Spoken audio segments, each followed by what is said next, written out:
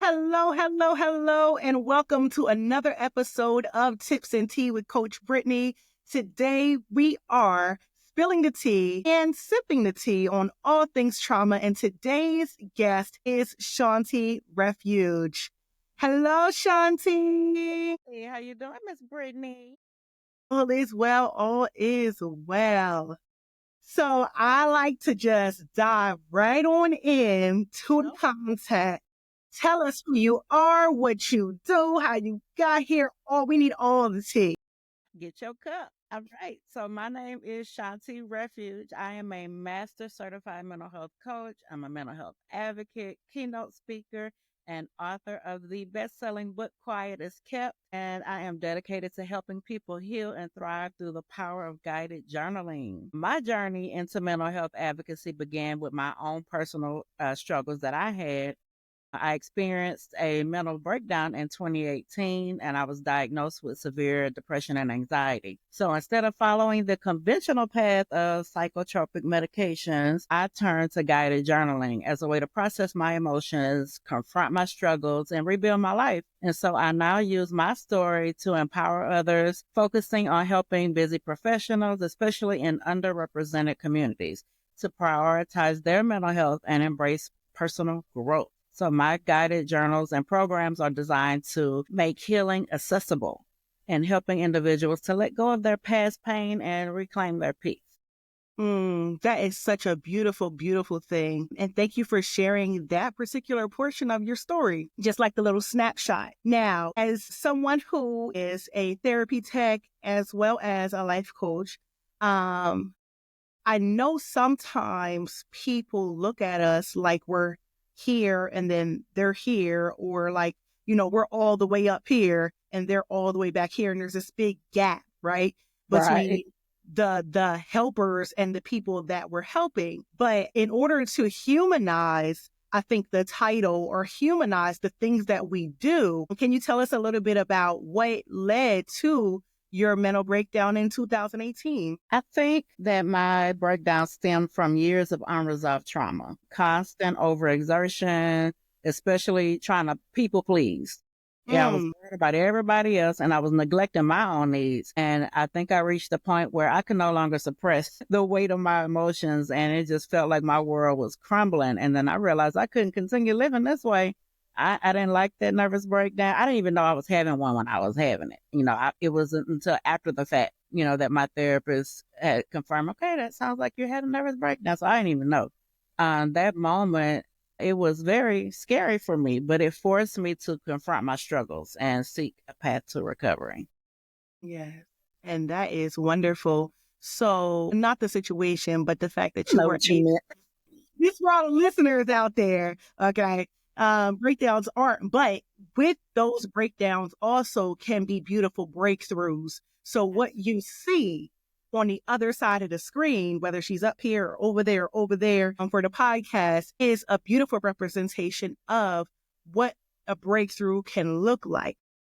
Yes. So I know you said that you've seen a clinician, and a lot of times when people go to the doctor, traditional psychotropics are people, they are, what do you call them, prescribed, right? Or suggested. What made you say, you know what, I don't want to really go that route, but I'd rather go over here?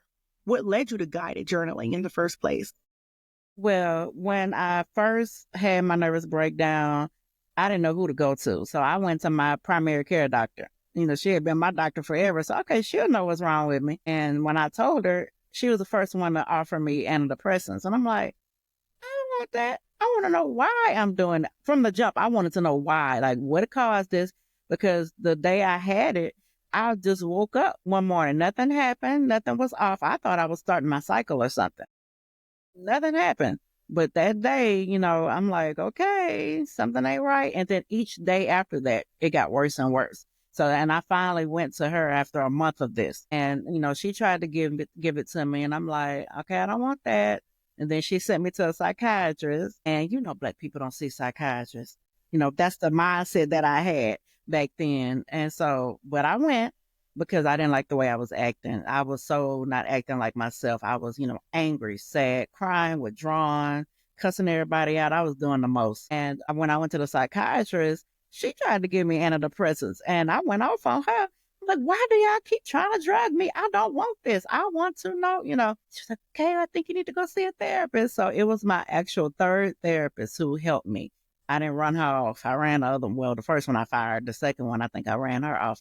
But the third one, she was like, okay, I'm going to help you. And she did. And my reason for not wanting to take antidepressants is because I pictured my older self, my future self, holding a wine glass and a handful of pills. Because when you start off on a medication, over time it's going to get increase the dosage, and then after a while it's going to stop working. Then you got to switch to something. I didn't want that for me.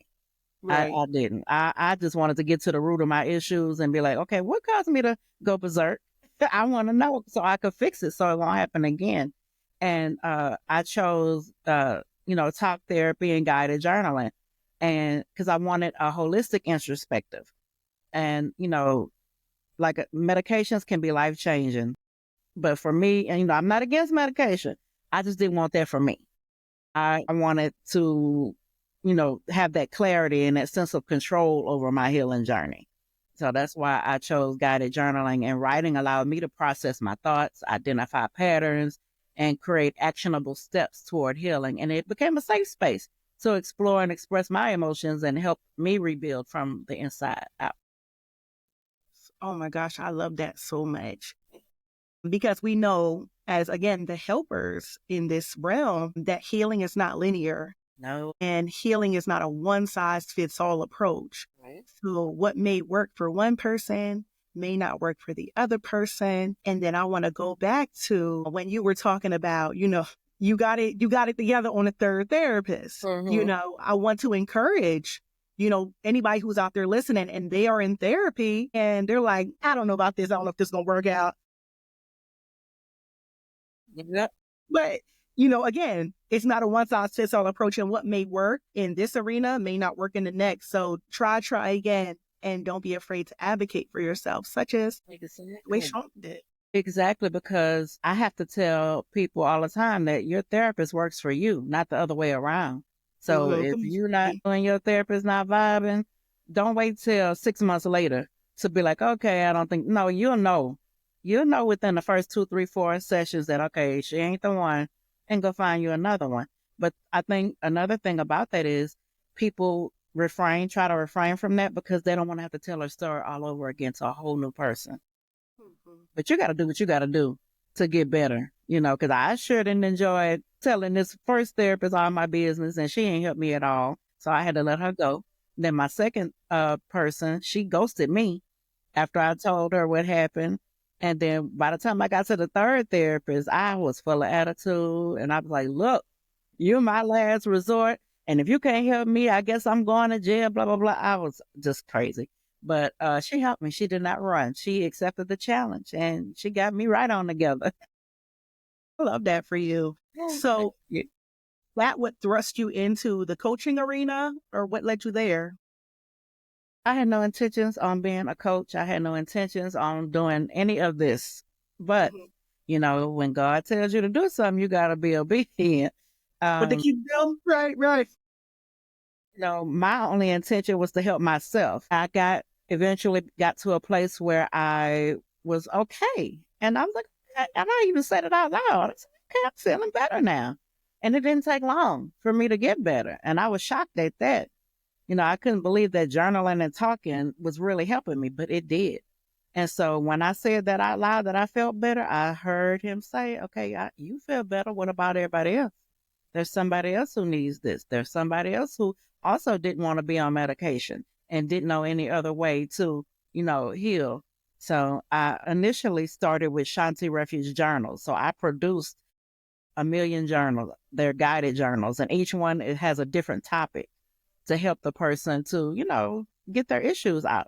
That's where I started. And I started online first, and then I started going to local events and vending, and showing, hey, look at my journals. Come see what it's about. And I would tell my story that way to the person at the table. And I was at one vending event where one of the speakers didn't show up, and the host came to my table and said, okay, it's time for you to start speaking. Get from behind this table Quit hiding behind these journals and get up on stage and tell your story. Girl, I cried. I said, okay, because, I ain't no punk. I said, okay. I went in the bathroom before I went on and I had a meltdown. I had a panic attack. I was crying and shaking and all of this. And I called my best friend and I said, girl, they trying to make me talk. I ain't trying to talk to these strangers and tell all my business. That was my main thing. And she cussed me out and told me to get off her phone and get on the stage and go talk. And that's all the encouragement I needed. And I did. And so I got on stage and told my story. And after that, people just started coming to me. Do you speak?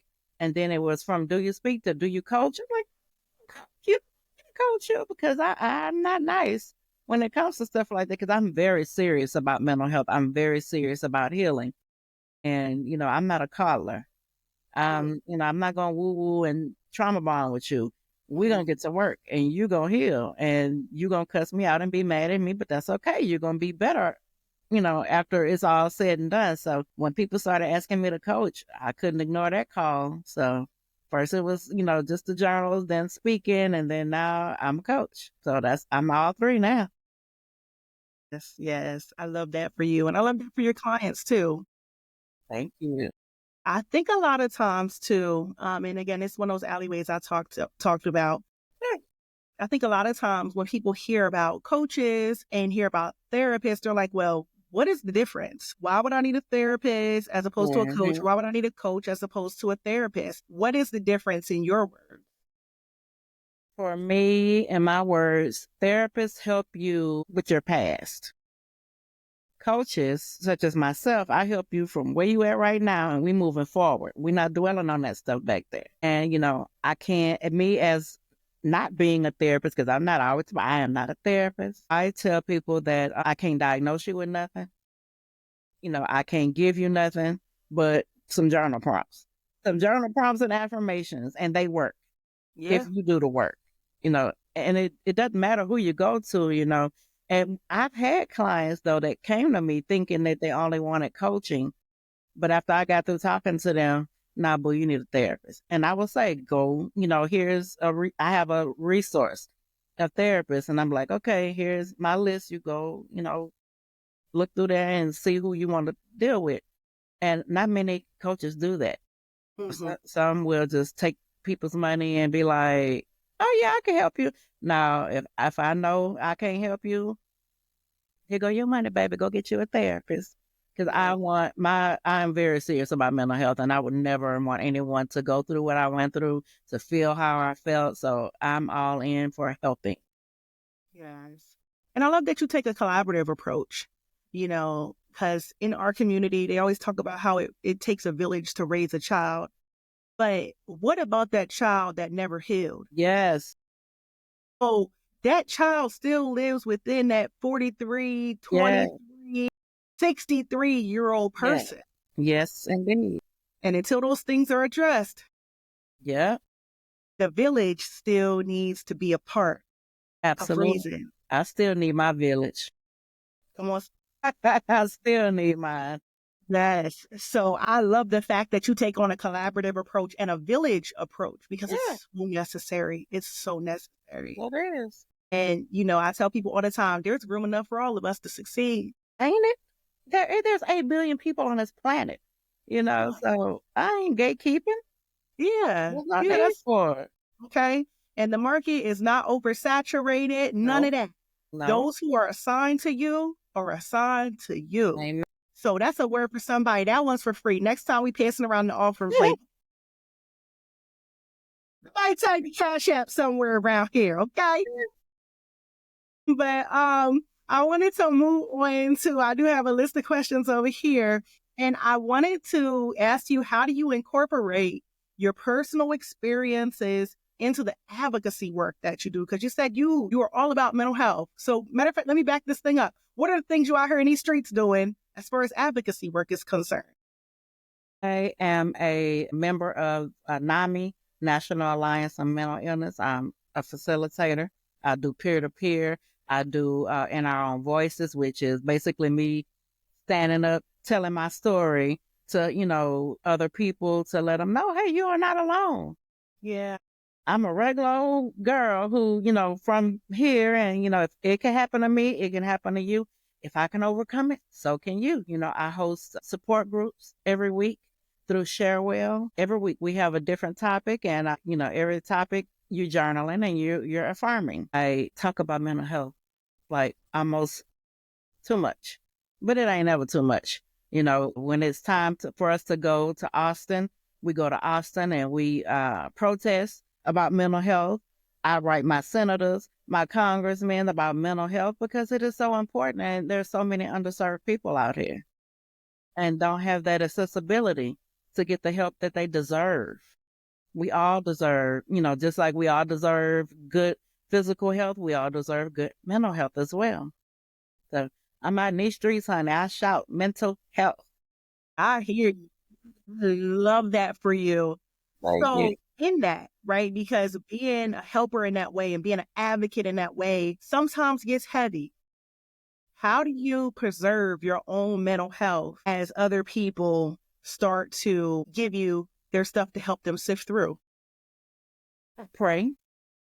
First and foremost, I pray before every session, ask God to, guide my words. Let me not say nothing I shouldn't be saying. Let me not cuss this person out, stuff like that. Amen. And then I still journal. I journal still for myself. I have incorporated yoga into my wellness practice. I have incorporated meditation, and I do groundwork. I had one person come in my office and they laid something so heavy on me, I had to immediately go outside and ground.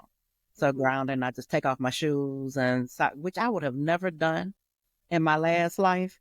Ain't no way I was walking outside barefoot. But now, baby, I be in that grass, walking, no shoes on, just grounding, just walking around, grounding, praying, talking, affirming. And I feel so much better after doing that. So yeah, I keep myself together so I keep my cup full so that I can be able to serve. Yes, yes. I love that so much. And because we have people from so many different backgrounds and knowledge bases, some people may have never heard of grounding. What is grounding? I never heard of grounding either until I went through this process. Somebody introduced it to me. And I'm like, it's white people stuff. Black people don't do that. I'm telling you, but I love it. And actually I was doing it before and didn't know that's what it was called.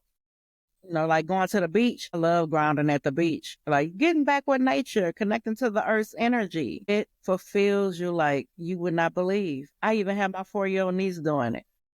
And she don't know what she doing. I just told her it's called grounding. She was like, I like this. I say, you'll love it later. Right. The fact of being out, it's a turn off to some people being outside with no shoes on. As much as we, some of us were brought up, you better not go outside in your house shoes or don't go outside with no shoes on. That's the only time you'll catch me outside with no shoes is if I'm out in my backyard or at the beach. But it helps you to reconnect, reconnect with the earth and get the earth's energy. Earth is a source of energy. Put your bare feet on that grass and, reconnect. Actually, I didn't believe that shit worked. It works. Right. Hey, I love it. And for real, I'm a big fan of deliverables. So for all of the listeners, all of the watchers, I want you all to go outside. Just take 5 minutes out of the day and go outside, take your shoes off, put your feet in the ground. You ain't got to sit down. You can stand right there and just think about it. And then come back and put in the comments below how you felt afterwards. Yep. That's all. That 5 minutes. Yep.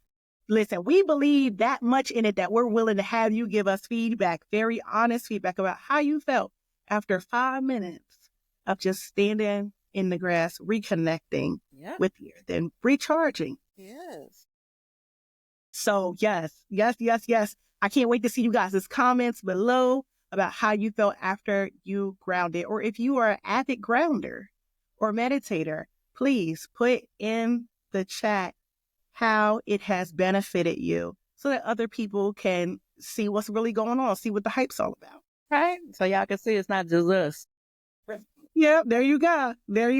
So what advice would you give to a young lady, a young man, a person that is just struggling with their mental health? First thing I would say is it is okay to not be okay. Definitely is. Reach out for support. It doesn't make you weak. That's a sign of strength and courageousness for you to open your mouth and say, I need help. Start small. Acknowledge your feelings. Find healthy outlets. Heavy emphasis on healthy outlets. Whether it's journaling, talking to someone you trust, or seeking professional help. Be patient with yourself and know that healing is a process. This is not microwave, stick it in the microwave and put it on 3 minutes and it's done. No, I was on my healing journey since 2018 and I'm still on my healing journey. That's why it's called the journey. And, you deserve the time and the effort that it does take to feel whole again. And it's possible. Yeah. I love that. I love that so much. And I love that you are a shining example of what victory looks like, what overcoming looks like. Okay, with the other side. Yeah. It's great over here on the other side. It is Yeah. cool. Yeah, so come on over. If Yeah. you're struggling, come on over. If you're struggling, come on and give us a call. Her information will be in the description of the video if you just need to reach out, if you want to give guided journaling a try. Maybe you tried everything else, but have you tried that? Give it a try. See how it works. Yeah. So with that, I want to also ask you about any personal or professional endeavors you see in your future. Well, of course, I want to continue deepening my own healing and building a life filled with peace and joy. Professionally, I aim to expand my impact by reaching more people through my courses. I've started courses, more guided journals, and live events. And, my goal is to normalize conversations about mental health, especially in communities of color, and empower others to reclaim their peace and their purpose. I love that so much. So tell us about like your workshops and seminars and different things you got going on. I just put out 2 online courses. One is Guided Journaling 101. So that's people always asking me, I don't know how to journal. How do you journal? I didn't know people didn't know how to journal. We made a course about it. Guided Journaling 101 shows you how to journal, shows you how to use guided journaling. I have another course, Reclaiming Your Peace.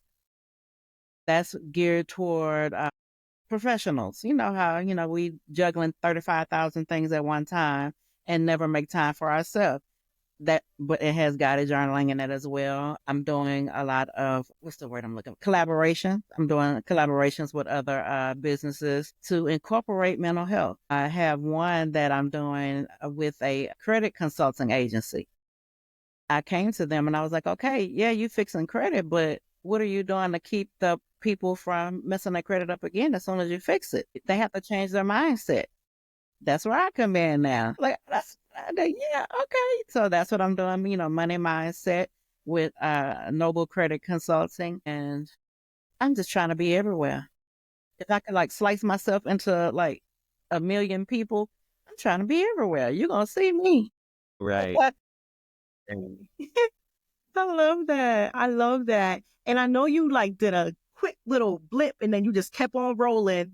But I want to take a minute and leave space for your book called Quiet as Kept. Mm-hmm. I looked on the internet, y'all. I had to see what this was about. I really want you to tell the people about the book and just give us the whole like overview. Yeah. They go, my book, Quiet as Kept. And Cute, that's me. That's me, Shawnti, baby. So I wrote this book last year. I had no intentions of writing this book. I didn't have intentions on doing anything regarding anything. But anyway, I didn't have any intentions on writing this book. How this book came about, somebody told me I needed to write a book. And I was like, okay, whatever. So I took all of my journal entries. That's what this book is. My journal entries from therapy up until, let's see, the story starts from me at, I want to say 5 or 6 years old. My first remembrance of childhood. So it starts there. And I talk about everything in between. I talk about, how I was a victim of child abuse. I didn't know it at the time, but, in hindsight, looking back, I talk about my traumatic experience being a teen mom. Didn't know that was traumatic. I had my first child when I was 14. So I talk about that. I talk about being arrested when I was 16. I talk about all of the bad decisions I made after that regarding, relationships, life. I was out of there. I was, and I not only damaged myself, but I damaged a lot of people in the process. So I talk about all of that, and I also talk about how I had the nervous breakdown, what I felt, what I went through. I, this is the tea right here. It is everything. But then I also talk about how I overcame all of that and how it helped me. I talk about guided journaling, I talk about therapy, and how the other person can do the same thing. So I bring you through this whole, you know, dramatic experience from childhood up until 2018. And then I say, but wait, there's more. You Come can do on. this too. You can overcome. So that's what the book is about. Yeah, I love that. Where can people find the book? Go to my website, ShawntiRefuge.com. It's also available everywhere books are sold. Okay. All right. All right. So doing big things. I love that. I love it. I love it. I love it. Thank So you. do you have any speaking engagements coming up? Well, I actually had one yesterday. That was my first one for 2025. I did a vision jewelry party. Never did one before. So instead of vision boards, we made jewelry. I have my bracelet on now. I love it. It was nice. So we got to pick charms, what resonated with us. And of course, I have a cross, a crown, Buddha's flower. I have 444, my angel number that I've been seeing like crazy over the last weekend. So I was talking about, setting goals and encouraging them to journal. I have another event on February 22nd in person in Houston. It is building financial confidence. So that is the collaboration I have where, we're going to be talking about, okay, you want to buy a house, you want this car, you want this, you want that, get your credit right. And then I'm going to start talking to you about getting your mind right so that you can maintain that good credit and, be able to buy and keep that house. So things like that. And I have a lot of stuff coming, but I'm always open to collaborations. I do impromptu collabs. I was at an event last week where I was supposed to be a guest and one of the speakers was sick. And so the host asked me to speak. I said, is this my thing now? It's like, but I will never say no. I will never turn down an opportunity to talk about mental health. Right. Indeed. Indeed. You can find me everywhere. Go to my website, ShawntiRefuge.com. I can be found on Instagram, Facebook, TikTok, LinkedIn, YouTube, Shawnti Refuge Journals. And if that's hard to find, just Google me, Shawnti Refuge, and all my stuff will come up. Great. You guys heard it here first. So in true tips and tea fashion, is there one last nugget for the listeners' buckets that you would like to impart? Yes. I want people to know that it's only them that's stopping them. Nobody can stop you from doing what you want but you. And, sometimes you got to get out of your way because we all have a purpose. We are all put here with a purpose to serve. And if you're not serving your purpose, that means you're stopping yourself because you can't blame it on, mama when you're a grown woman. Yeah, that happened. I'm sorry that happened. You're grown now. Get over it. Get through it. Heal from it. That's what I mean by that. Like I did. And you're worthy and you're deserving of all the goodness and greatness life can hold. So open your arms, open your heart, open your mind, and come and get it. It's waiting for you. That's it. Oh, I love that. I love that so much. Thank Well, you. thank you so, so much for joining us today on Tips and Tea with Coach Brittany. Thank you for allowing us to hold space with you and trusting us with your story. Absolutely, no problem. Thank you for having me. I appreciate it, and I'm honored.